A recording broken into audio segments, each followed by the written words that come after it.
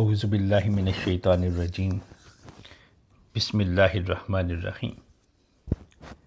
قال اللہ تعالی فی قرآن المجید والفرقان الحمید الم تری ان اللہ یسبح لہ من فی السماوات والارض والطیر صافات کل قد علم صلاتہ و تسبیحہ واللہ علیم بما یفعلون ان اللہ و ملائکتہ یصلون علی النبی یا ایہا الذین آمنوا صلوا علیہ وسلموا تسلیما اللہم صلی علی سیدنا و مولانا محمد وعلی آلہ وصحبہ وبارک وسلم اللہم صلی وسلم وبارک علی ذات المحمدیۃ والآل عدد خلقک یا اللہ یا رحمن یا رحیم یا حی یا قیوم برحمتک نستغیث۔ الحمدللہ، اللہ تعالیٰ کا شکر ہے اور اس کے حبیب صلی اللہ علیہ وآلہ وسلم کا فیضان نظر ہے جن کی توفیق سے ہم آج کی اس 11ویں شریف میں حاضر ہیں۔ ہم نے گزشتہ 11ویں شریف میں ہم نے اسلام کے تصور عبادت اور بندگی پہ گفتگو کی تھی اور یہ سمجھا اور جانا تھا کہ انسان کی تخلیق کا مقصد اللہ تعالیٰ کی بندگی ہے، اور اللہ تعالیٰ کی بندگی ہر اس عمل کا اظہار ہے جو ہم اللہ تعالیٰ کی اتباع میں کرتے ہیں، جو ہم اللہ تعالیٰ کے حکم اور اس کے رسول صلی اللہ علیہ وآلہ وسلم کی اطاعت میں کرتے ہیں۔ وہ تمام عمل اظہار بندگی ہے۔ تو گویا ہم یہ کہہ سکتے ہیں کہ اگر ہم اپنی زندگی کو اس طرح گزاریں جس طرح اللہ اور اللہ کے رسول صلی اللہ علیہ وآلہ وسلم چاہتے ہیں، تو گویا ہم بندگی کی اعلیٰ ترین صورت میں زندگی گزار رہے ہیں۔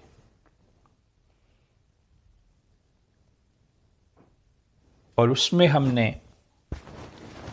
یہ سمجھنے کی کوشش کی تھی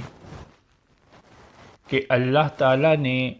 جتنی عبادات کی صورت پیدا کی ہیں، نماز، روزہ، حج، زکوٰۃ، یہ عبادات بھی دراصل انسان کے اندر اطاعت کی اس منزل تک انسان کی رسائی کرانا چاہتی ہیں جہاں پہنچ کر انسان کا باطن اس قدر طاہر، پاکیزہ اور خوبصورت ہو جائے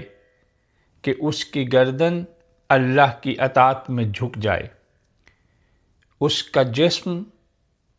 اس کی روح اور اس کا قلب اللہ کے امر کے سامنے سرنگوں ہو جائے، اور اس کی خواہشات، اس کی آرزو، اس کی تمنائیں اللہ کے امر کی تابع ہو جائیں۔ ہر عبادت جو اللہ تعالیٰ نے ہم پہ فرض کی ہے، وہ عبادت بھی دراصل اپنے اپنے طریقے سے، اپنی اپنی حکمت کے ساتھ ہمارے باطنی نظام کے اندر، ہماری سوچ کے نظام کے اندر ایسی تبدیلیاں پیدا کرتی ہیں، ایسی خوبصورتی پیدا کرتی ہیں کہ جو پھر بعد میں ہمارے اعمال کے حسن کا باعث بنتی ہیں، ہمارے خیال کے حسن کا باعث بنتی ہیں، ہماری سوچوں کی پاکیزگی کا باعث بنتی ہیں،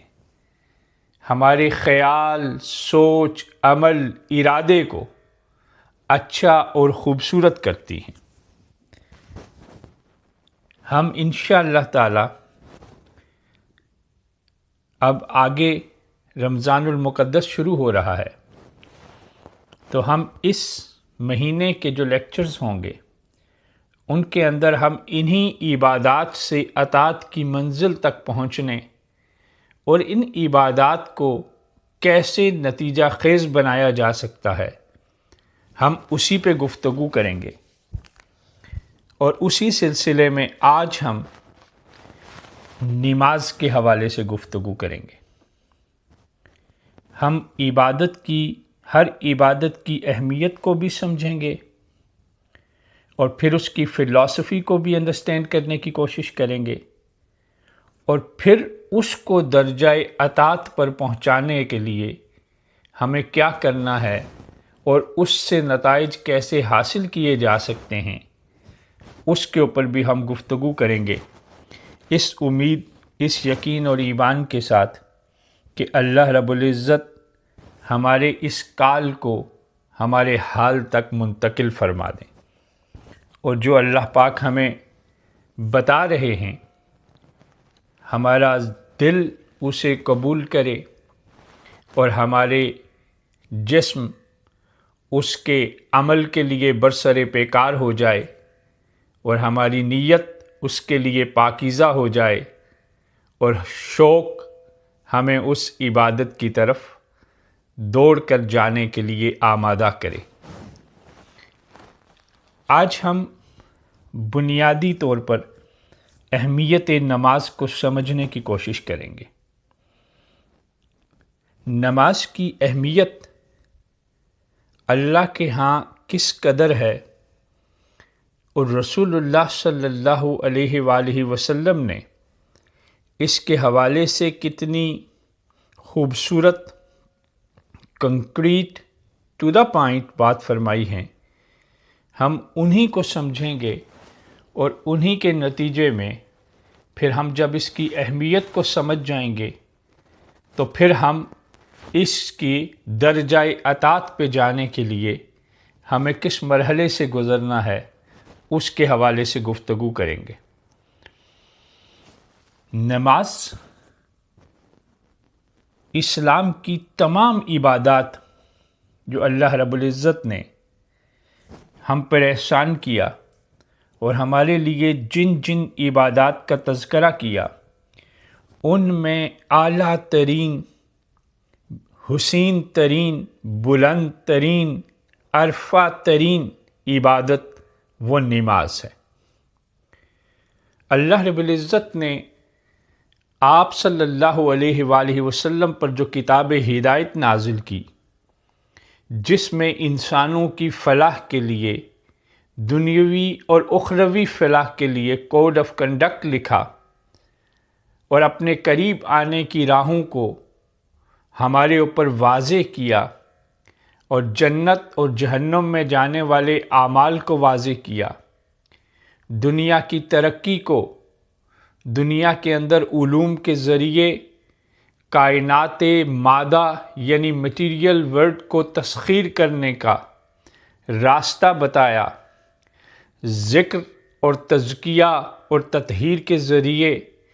آسمانی کائنات اور عالم امر کی کائناتوں کی سیر کرنے کا طریقہ واضح کیا۔ وہاں اللہ رب العزت نے ہمارے لیے نماز کا تذکرہ بار بار کر کے ہمیں اس شے کا ادراک حاصل کرنے میں مدد فراہم کی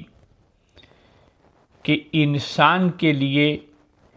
اپنی باطنی اور قلبی تطہیر کے لیے یہ نماز کتنی اہمیت رکھتی ہے۔ مجموعی طور پر قرآن حکیم کے اندر اللہ رب العزت نے اقامت صلاۃ کے حوالے سے تقریباً اپروکسیمیٹلی 700 دفعہ اس کا تذکرہ کیا ہے، 700 ٹائمز اللہ تعالیٰ نے نماز کا تذکرہ کیا ہے اپنی کتاب قرآن مجید میں، اور جس میں سے تقریباً 80 دفعہ 80 ٹائمز صریحاً حکم دیا ہے اللہ تعالیٰ نے کہ نماز ادا کرو. تو اس سے آپ اندازہ لگائیں کہ وہ کتنی خاص، کتنی اعلیٰ، کتنی عرفہ، کتنی بہترین اور اللہ کے ہاں کتنی محبوب چیز ہوگی، جس کا اللہ 700 بار تذکرہ فرما رہے ہیں اور 80 دفعہ براہ راست آرڈر دے رہے ہیں کہ آپ کو نماز ادا کرنی ہے. اب نماز کی پہلی اہمیت کیا ہے؟ نماز کی پہلی اہمیت یہ ہے کہ نماز کفر اور اسلام کے درمیان حد فاصل ہے، ڈفرینشیٹ کرتی ہے کہ اللہ کے بندوں میں سے یہ بندہ اللہ کا ہے کہ نفس کا ہے. پہلی آئیڈینٹیفیکیشن نماز سے ہوتی ہے. اللہ تعالیٰ نے انسانوں کے 3 طبقات کا قرآن میں تذکرہ فرمایا ہے سورہ بقرہ کی ابتدائی آیات میں. اس میں اللہ پاک نے فرمایا کچھ لوگ مسلمان ہیں، پھر ان کے اوصاف بیان کیے، پھر کچھ کافر ہیں، ان کے اوصاف بیان کیے، پھر کچھ منافق ہیں، ان کے اوصاف بیان فرمائے کہ کس اعمال کے لوگ مسلمان کہلائے جائیں گے، کون سے کافر کہلائے جائیں گے اور کون سے منافق کہلائے جائیں گے. منافق تو بہرحال اللہ کے ناپسندیدہ ترین لوگوں میں سے جن کے لیے ہدایت کے دروازے تقریباً مفقود ہو چکے. 2 طبقے اسلام اور کفر، جو اللہ کے قریب اور اللہ سے دور ہونے کو واضح کرتے ہیں، اور اس کے درمیان پہلی آپ کی جو آئیڈینٹیفیکیشن آف بینگ مسلم ہے وہ آپ کی نماز ہے. اگر آپ نماز ادا کرتے ہیں، آپ نماز پڑھتے ہیں، تو گویا آپ آسمانی دنیا پر اور زمینی مخلوقات کے اوپر اس بات کا اعلان کرتے ہیں کہ میں ان میں سے ہوں جو اس خدائے یکتا کو ماننے والے ہیں. مجھے ان میں چنا جائے جو اس خدائے واحد کے بندگی کرنے والے ہیں. میں اللہ کے ان پیغمبروں کے خدا کو مانتا ہوں جن کے ذریعے اللہ نے ہدایت ہم تک پہنچائی ہے. پہلا اعلان ہوتا ہے آپ کے صاحب ایمان ہونے کا.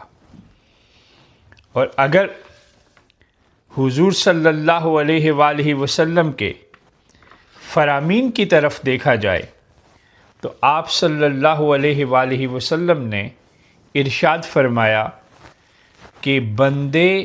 اور کفر کے درمیان نماز چھوڑنے کا فاصلہ ہے. یعنی اگر آپ نماز سے دور ہوتے ہیں تو اس کا مطلب ہے کہ آپ نے کفر کی طرف پہلا قدم اٹھا لیا. آپ نے اللہ کی طرف سے منہ موڑ کر دوزخ کی طرف اور جہنم کی طرف اور شیطان کی طرف رخ کر لیا. یہ وہی کہ حد فاصل ہے یہ اسلام اور کفر کے درمیان. تو حضور صلی اللہ علیہ وآلہ وسلم بھی یہی فرما رہے ہیں کہ بندہ جب نماز کو ترک کرتا ہے، چھوڑ دیتا ہے، اس سے منہ موڑ لیتا ہے، تو گویا اس نے خدا سے منہ موڑ لیا. گویا اس نے عالم خلق اور عالم امر کی مخلوقات کے سامنے اس بات کو تشکیک زدہ کر دیا کہ یہ اللہ کا بندہ ہے کہ نہیں ہے۔ آپ کی شناخت ختم ہو گئی، آپ کی آئیڈینٹیفیکیشن ختم ہو گئی۔ آپ جس بات سے نازاں تھے کہ میں مسلمان ہوں، اشرف المخلوقات ہوں، اور اللہ اور اس کے پیغمبر صلی اللہ علیہ وآلہ وسلم کو ماننے والا ہوں، اس کا اظہار اور اس کی قبولیت اور اس کی طرف بڑھنے کا راستہ مفقود ہو گیا، رک گیا۔ حضور کی اگلی حدیث مبارکہ، یہ سب باتیں جو میں آپ کو سنا رہا ہوں، اس سے آپ کے اندر اہمیت، میرا مقصد آپ کے اندر اہمیت نماز کو اجاگر کرنا ہے، کیونکہ جب تک شے کی اہمیت کا ادراک نہیں ہوگا، اس کی امپورٹنس کا ادراک نہیں ہوگا، اس کی آبجیکٹیوٹی نہیں سمجھی جا سکے گی، جب تک اس کی آبجیکٹیوٹی سمجھی نہیں جا سکے گی، اس کو حاصل کرنے کا شوق پیدا نہیں کیا جا سکتا، اور جب تک شوق پیدا نہیں ہوگا تب تک نتیجہ حاصل نہیں ہوگا، تب تک رزلٹ حاصل نہیں ہوگا، تب تک مقصد عبادت یعنی اطاعت الہی اور بندگی پروردگار کی منزل تک آپ نہیں پہنچ سکتے۔ تو رسالت مآب صلی اللہ علیہ وآلہ وسلم کی دوسری حدیث مبارکہ آپ کو سناتا ہوں۔ حضور صلی اللہ علیہ وآلہ وسلم نے ارشاد فرمایا، جس نے جان بوجھ کر نماز ترک کی اس نے کفر کیا۔ اسی مفہوم کی دوسری حدیث مبارکہ، اب اس سے مراد کیا ہے؟ اس سے مراد یہ ہے کہ ارادتاً، نیتاً، بائی ول اگر آپ نماز کو چھوڑتے ہیں تو اس کا مطلب یہ ہے کہ آپ اللہ تعالیٰ کی بغاوت کرتے ہیں، اللہ تعالیٰ کے حکم کے اگینسٹ چلتے ہیں، اللہ تعالیٰ کی ربوبیت اور اس کی وحدانیت کے اصولوں کے منافی راستے پہ چل رہے ہیں۔ تو اب آپ کا راستہ جب کفر کا راستہ ہو گیا، آپ کا راستہ اللہ کے راستے سے دوسرا ہو گیا، تو پھر آپ سوچئے گا کہ راستہ کفر کا ہو اور ایمان کی حلاوتیں ہوں، کیا یہ ممکن ہے؟ راستہ کفر کا ہو اور انعامات کی توقع اللہ سے ہو، کیا یہ ممکن ہے؟ راستہ کفر کا ہو اور پھر آزمائشوں سے اور ٹینشن سے اور عذاب سے بچنے کی کوشش بھی کریں، کیا یہ ممکن ہے؟ جبکہ سارا اطمینان، سارا سکون اللہ کے اور رسول اللہ صلی اللہ علیہ وآلہ وسلم کے قرب میں موجود ہے۔ تو ایسے ممکن نہیں ہے کہ آپ اللہ کی اس سائے سے باہر نکل جائیں اور توقع سکون رکھیں۔ حضور کی تیسری حدیث مبارکہ آپ کو سناتا ہوں۔ آپ صلی اللہ علیہ وآلہ وسلم نے ارشاد فرمایا کہ جس شخص کی نماز نہیں اس کا ایمان نہیں۔ تو ایمان کا مطلب کیا ہوتا ہے؟ جب ایمان ہی قائم نہیں رہا تو اس کا مطلب کیا ہے کہ اب اللہ سے قرب اور رسول اللہ صلی اللہ علیہ وآلہ وسلم سے قرب کی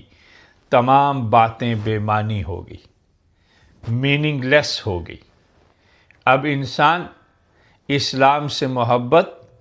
اللہ اور اس کے رسول سے محبت کے جتنے مرضی زبانی دعوے کر لے، جتنی مرضی زبانی کلام کر لے، مگر اللہ کے ہاں اور اس کے رسول کے ہاں اور اہل اللہ کے ہاں اور اللہ کے بندوں کے ہاں اب اس کی کوئی اہمیت نہیں رہی، اب اس کی کوئی حیثیت نہیں رہی، کیونکہ جس کے اندر ایمان ہی نہیں اور جس کا راستہ کفر کا ہو گیا اور جس نے راستہ رسول اللہ صلی اللہ علیہ وآلہ وسلم کا چھوڑ دیا اور جس نے منہ اللہ کی طرف سے موڑ لیا، وہ کائنات کے پست ترین، بدترین گمراہ ترین اور سب سے ذلت کے مقام پر تو جا سکتا ہے، مگر وہ انسان کہلانے کا روادار نہیں ہو سکتا۔ تو یہ آپ سن رہے ہیں کہ جو پہلی بات آپ سے کہی کہ یہ کفر اور اسلام کے درمیان حد فاصل ہے نماز، یہ اس کی اہمیت ہے۔ اور ایسے نہیں ہے کہ یہ نماز صرف حضور صلی اللہ علیہ وآلہ وسلم نے، اللہ کے جتنے بھی پیغمبر تھے وہ اللہ تعالیٰ کی عبادت کے لیے اپنی امت کو نماز کا راستہ دکھاتے رہے۔ سورہ مریم میں اللہ رب العزت فرماتے ہیں حضرت اسماعیل علیہ السلام جو نبی اللہ حضرت ابراہیم علیہ السلام کے بیٹے ہیں، ان کے بارے میں اللہ رب العزت فرماتے ہیں، کیا فرماتے ہیں؟ اور وہ اپنے گھر والوں کو حکم دیا کرتے تھے نماز اور زکوٰۃ کا، اور وہ اپنے رب کے نزدیک بڑے پسندیدہ تھے۔ کہ حضرت اسماعیل علیہ السلام اللہ کے ہاں پسندیدہ کیوں تھے؟ اللہ ان کو پسند کرتے تھے کیونکہ وہ اپنے گھر والوں کو نماز اور زکوٰۃ کا حکم دیتے تھے کہ اللہ کی بندگی اختیار کرو، اللہ کی اطاعت کرو، اللہ کے آگے جھکو اور اللہ تعالیٰ کی عبادت کرو، کہ یہی مقصد تخلیق انسانی ہے، یہی مقصد انسان ہے۔ انسان جب تک اپنے مقصد کی طرف نہیں بڑھے گا اس وقت تک انسان اللہ کے قرب کو نہیں پا سکے گا۔ تو آپ کو سمجھ آ رہی ہے کہ ہم نے بندگی کے حصول کی طرف بڑھنا تو ضرور ہے، مگر اس بڑھنے کے لیے جو اہم ترین چیز ہے وہ ہے ہماری نماز۔ جب تک ہم نماز ادا نہیں کریں گے اس وقت تک ہمارا رخ ہی خدا کی طرف نہیں ہوگا، ہمارا رخ ہی مصطفیٰ کی طرف نہیں ہوگا، ہمارا نیویگیشن ہی ٹرو ڈیسٹینیشن کی طرف نیویگیٹ ہی نہیں کر رہا ہوگا آپ کو، وہ آپ کو آپ کی ڈیسٹینیشن سے اپوزٹ سائڈ نیویگیٹ کر رہا ہوگا، کیونکہ آپ کی توجہ اور آپ کا چہرہ خدا سے ہٹ کر کفر کی طرف چلا گیا ہے۔ اور جیسے کہ میں نے آپ کو یہ ایک آیت بتائی سورہ مریم کی، جس میں اللہ رب العزت حضرت اسماعیل علیہ السلام کی ان کی تعریف فرما رہے ہیں کہ وہ اپنے گھر والوں کو نماز اور زکوٰۃ کا حکم دیتے تھے، تو یہی ذمہ داری ایز اے والدین، ایز اے بڑے ہماری بھی یہ ہے کہ ہم خود نماز ادا کریں اور ہم اپنی اولاد کو بھی نماز کی تربیت دیں، اپنی اولاد کو بھی نماز کا راستہ دکھائیں، اپنی اولاد کو بھی بتائیں کہ بیٹا نماز وہ پہلا راستہ ہے جہاں سے گزرنے کے بعد آپ بہترین انسان بنیں گے۔ ہر کہ وہ انسان جس کی زندگی میں نماز نہیں ہے اور وہ سکون کا طالب ہے تو وہ گمراہی پہ ہے۔ نماز نہیں ہے اور اطمینان چاہتا ہے تو گمراہی پہ ہے۔ نماز نہیں ہے اور زندگی میں اللہ کے انعامات کا منتظر ہے تو گمراہی پہ ہے۔ ایسا ممکن نہیں ہے کہ کفر میں ہو اور خدا کی محبتوں کا منتظر ہو۔ تو اپنی اولادوں کو، اپنے بچوں کو یہ بات بتانی ہے، اپنے بہن بھائیوں کو یہ بات بتانی ہے کہ نماز ہی وہ پہلا راستہ ہے جہاں سے گزر کر آپ اطمینان قلب حاصل کر سکتے ہیں، جہاں سے گزر کے آپ اظہار بندگی کی منزل حاصل کر سکتے ہیں، جہاں سے گزر کر آپ اللہ کی توجہات لے سکتے ہیں تاکہ آپ کی دنیا بھی آسان ہو اور آخرت میں بھی نجات ہو۔ اللہ کی توجہ ہو جائے تو دنیا بھی سنور جاتی ہے اور آخرت بھی روشن ہو جاتی ہے۔ اسی پہ حضور کی ایک حدیث مبارکہ بھی آپ کو سناتا ہوں کہ اللہ کے نبی صلی اللہ علیہ وآلہ وسلم نے ارشاد فرمایا کہ اپنے گھروں میں نماز پڑھو اور انہیں قبرستان نہ بناؤ، یعنی اپنے گھروں کے اندر اللہ کے ذکر سے روشنی پیدا کرو، اللہ کے ذکر سے اپنے گھروں کو روشن کرو، اللہ کے ذکر سے اپنے گھروں میں زندگی پیدا کرو۔ ہر وہ گھر جہاں نماز نہیں پڑھی جاتی، جہاں اللہ کا ذکر نہیں کیا جاتا، وہ زندوں کا نہیں مردوں کا گھر ہوتا ہے۔ وہ گھر نہیں ہوتا، خاندان نہیں ہوتا، بلکہ قبرستان ہوتا ہے، جہاں مردہ دل، مردہ زبانیں، مردہ لوگ بستے ہیں۔ وہ احساس سے عاری ہوتے ہیں، محبت سے خالی ہوتے ہیں، جذبات سے خالی ہوتے ہیں۔ نہ انسانیت کا ادب ہوتا ہے، نہ انسانیت کا احترام ہوتا ہے، نہ زبانوں کی محبتیں ہوتی ہیں، نہ سماعتوں کی پاکیزگی ہوتی ہے۔ بولتے ہیں تو جھگڑتے ہیں، گفتگو کرتے ہیں تو نفرت انگیز گفتگو کرتے ہیں۔ ایک اس کونے میں بیٹھا ہوگا چھپ کے، دوسرا اس کونے میں بیٹھا ہوگا چھپ کے، اور گھر میں ایک سکوت کا عالم ہوگا، گویا ایک قبرستان میں بیٹھے ہوئے ہو۔ لیکن نماز آپ کے دلوں کو زندہ کرے گی، آپ کی روحوں کو بیدار کرے گی، آپ کے لہجوں کو خوبصورت کرے گی، آپ کی آنکھوں کو حیادار کرے گی، آپ کی گفتگو کو معطر کرے گی۔ پھر آپ کے گھر سے چیخنے چلانے کی آوازیں نہیں، مسکرانے کی آوازیں آئیں گی۔ پھر آپ کے گھر سے شور و غوغا نہیں، بلکہ مسرت آمیز کہکہوں کی آوازیں آئیں گی، جن سے اللہ بھی راضی ہوگا اور رسول اللہ صلی اللہ علیہ وآلہ وسلم بھی راضی ہوں گے۔ جیسے کہ اللہ کے رسول صلی اللہ علیہ وآلہ وسلم نے ارشاد فرمایا کہ تم میں سے سب سے بہترین وہ ہے جو اپنے گھر والوں کے حق میں سب سے اچھا ہے، اور میں تم سب سے اچھا ہوں۔ تو یہ مرتبہ کیسے حاصل ہوگا؟ اس کے لیے اللہ کے رسول صلی اللہ علیہ وآلہ وسلم ہمیں راستہ بتا رہے ہیں نماز کا۔ اور یہ سب میں آپ کو قرآن اور احادیث رسول صلی اللہ علیہ وآلہ وسلم سمجھا رہا ہوں اور بتا رہا ہوں، تاکہ آپ لوگوں کے لیے اس کو سمجھنا اور اس پر چلنا اتنا آسان ہو کہ آپ بھی شوق کی اس منزل پہ پہنچ جائیں جہاں آپ کی نماز عادت سے عبادت، عبادت سے اطاعت و بندگی کا درجہ حاصل کر دے، اور پھر آپ کے سجدوں میں بھی خدا کی رضائیں شامل ہو جائیں، دلوں کے اطمینان شامل ہو جائیں، اور آپ کی نمازیں آپ کے احوال پہ اثر انداز ہونا شروع ہو جائیں۔ تو حضور کی کچھ اور احادیث سنا کر پھر میں آپ سے اجازت چاہوں گا، اور ہم اس کو انشاءاللہ تعالی اسی مضمون کو آگے کنٹینیو بھی کریں گے۔ رمضان میں انشاءاللہ تعالی ہمارا یہی مضمون رہے گا کہ ہماری عبادتیں ہمارے دلوں کو کیسے بدل سکتی ہیں، ہماری عبادتیں اس پاکیزگی اور خلوص کے مقام تک کیسے پہنچ سکتی ہیں کہ ہم عبادت کریں تو دل بدلے، ہم عبادت کریں تو دل روشن ہو، ہم عبادت کریں تو روح مقید نہ ہو، آزاد ہو، ہم عبادت کریں تو زبان حسین ہو جائے، ہم عبادت کریں تو ہمارے ارد گرد نور کا ایسا حالہ چھا جائے کہ جہاں ہم خود بھی خوش رہیں اور ہمارے ارد گرد بھی مسرتیں ہی مسرتیں ہوں۔ اور یہی مقصد عبادت بھی ہے۔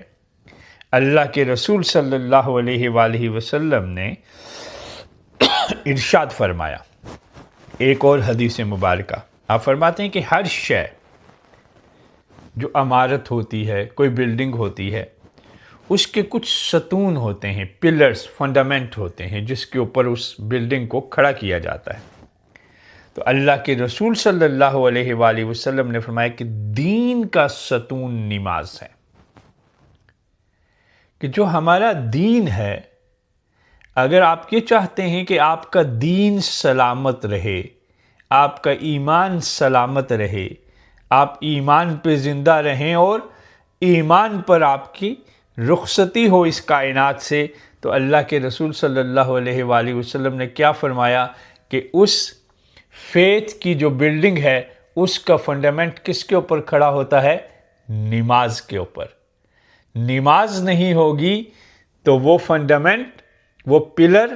وہ ستون نیچے گر جائے گا تو پوری کی پوری دین کی بلڈنگ زمیں بوس ہو جائے گی، گویا ہم کفر میں داخل ہو جائیں گے، اسلام سے باہر نکل جائیں گے۔ پھر حضور صلی اللہ علیہ وآلہ وسلم اپنے اصحاب کو سمجھاتے ہوئے فرماتے ہیں، یہ حدیث مبارکہ، اور حضور فرماتے ہیں کہ کیا تم دیکھتے ہو کہ اگر تم میں سے کسی کے گھر کے دروازے کے سامنے، ایک نہر بہہ رہی ہو،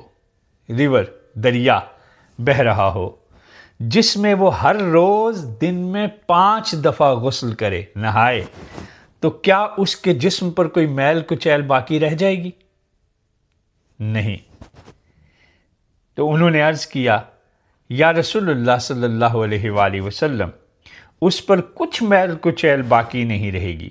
تو آپ صلی اللہ علیہ وآلہ وسلم نے فرمایا کہ یہی 5 نمازوں کی مثال ہے،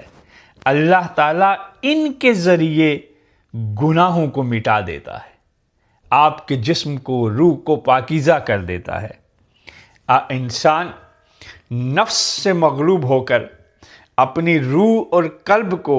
جب سیاہ کرتا ہے تو اللہ کے حبیب فرماتے ہیں صلی اللہ علیہ وآلہ وسلم کہ جب پھر آپ 5 نمازوں کی طرف بڑھتے ہیں تو یہ آہستہ آہستہ ساتھ ساتھ آپ کے دل کو اور روح کو صاف کرتے رہتے ہیں۔ یہی بات اللہ رب العزت نے قرآن میں فرمائی، سورہ ہود میں فرماتے ہیں، اللہ تعالیٰ فرماتے ہیں، اور دن کے دونوں سروں پر نماز قائم کیجیے اور کچھ رات کے حصوں میں، بے شک نیکیاں برائیوں کو مٹا دیتی ہیں۔ ان الحسنات یذہبن السیئات، کہ اگر آپ نماز کو پڑھیں گے صبح کے وقت اور نماز کو رات کے وقت، تو یہ آپ کے دن کے اندر کیے گئے وہ اعمال جو آپ کے دلوں کو سیاہ کرتے ہیں، آپ کی روحوں کو غم زدہ کرتے ہیں، آپ کے اور اللہ کے درمیان پردے حائل کرتے ہیں، تو وہ نماز ان پردوں کو، ان اللہ اور آپ کے درمیان کے فاصلوں کو سمیٹتی رہے گی، گناہوں کو دھوتی رہے گی۔ اگر دھوئیں گے نہیں تو وہ گناہ آہستہ آہستہ کیا کریں گے؟ آپ کے دل سے احساس شرمندگی ختم کر دیں گے، آپ کے سب کانشیس کو ڈیڈ کر دیں گے، آپ کا ضمیر، آپ کا کانشیس مر جائے گا، مردہ ہو جائے گا۔ پھر آپ گناہوں پہ شرمندہ نہ ہوں گے تو پھر آپ کے لیے گناہ عادت بن جائے گی، اور جب آپ کے لیے گناہ عادت بن جائے گی تو پھر آپ ان لوگوں میں شامل ہو جائیں گے جن کے بارے میں اللہ نے فرمایا ہے کہ ان کے دلوں پر مہر لگ چکی ہے، اب ان کے لیے خیر کے دروازے بند ہو چکے ہیں، اب ان لوگوں کا ٹھکانہ جہنم ہے، ان کو ہدایت نہیں مل سکتی۔ اس لیے ضروری ہے کہ ان احادیث رسول صلی اللہ علیہ وآلہ وسلم اور جو یہ اللہ تعالیٰ کی کتاب قرآن سے جو آپ کو باتیں بتائی ہیں، اس سے یقیناً آپ کے اندر اس نماز کی اہمیت اجاگر ہوئی ہوگی۔ قیامت کے دن حضور صلی اللہ علیہ وآلہ وسلم کی ایک اور حدیث مبارکہ بھی آپ کو سناتا ہوں، پھر ہم اس گفتگو کو یہاں ختم کرتے ہیں۔ حضور نے ارشاد فرمایا، قیامت کے دن بندے سے سب سے پہلے جس چیز کا حساب لیا جائے گا وہ نماز کے عہد کے بارے میں ہے۔ اگر وہ درست پایا گیا تو وہ فلاح اور نجات پا جائے گا، اور اگر اس میں بگاڑ پایا گیا تو بندہ نامراد ہوگا، خاسر و نامراد ہوگا، خسارے میں جائے گا، نقصان پائے گا۔ تو یہ ہے اس نماز کی اہمیت، آپ نے سمجھی۔ اللہ نے قرآن میں کتنی دفعہ اس کا تذکرہ کیا، اس کو ایمان اور کفر کے درمیان حد فاصل بتایا، اس سے منہ موڑنے والے سے اللہ منہ موڑ لیتا ہے، اس کے ذریعے اللہ کے قریب آنے والوں پہ اللہ اپنی رحمت، اپنا فضل اور اپنا کرم آسان کر دیتا ہے۔ اللہ رب العزت ہم سب کے لیے نماز کو آسان فرمائے، اور اللہ رب العزت ہم سب کی زندگی میں جب ہم نے نماز کو چھوڑا ہے، اللہ اس پہ ہمیں معاف فرمائے۔ ہم اللہ تعالیٰ سے معافی کے طلبگار ہو کر اللہ سے دعا کرتے ہیں کہ اے پروردگار، تو ہماری آنے والی زندگی میں ہمارے لیے نماز کو آسان فرما۔ اللہ ہمارے لیے نماز کو آسان فرما کے ہمیں اپنے دین پر استقامت عطا فرما، ایمان میں استحکام عطا فرما، اور ہمیں کفر اور ذلت سے اللہ تعالیٰ اپنے فضل کے ذریعے بچا۔